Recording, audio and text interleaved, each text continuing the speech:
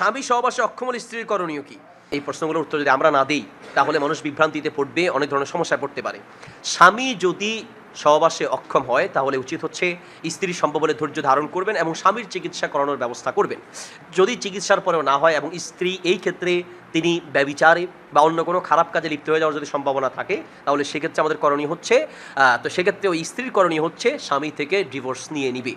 তবে প্রথমত ধৈর্য ধরবে, যদি সে ধৈর্য ধরতে পারবে মনে করবে তাহলে অবশ্যই উচিত তাকে সর্বাত্মক ধৈর্য ধারণ করা। যদি এর পরেও সে মনে করে যে আমি ধৈর্য ধরতে গেলে কোনো জিনা ব্যভিচার অবৈধ কাজে লিপ্ত হয়ে যেতে পারি, অধৈর্য হয়ে যায়, তাহলে সেই ক্ষেত্রে এই স্ত্রীর উচিত সে স্বামী থেকে ডিভোর্স নিয়ে নেওয়া। তবে আবারও বলছি, স্বাভাবিক অবস্থায় কখনোই ডিভোর্সের পথে এগিয়ে যাওয়া উচিত নয়।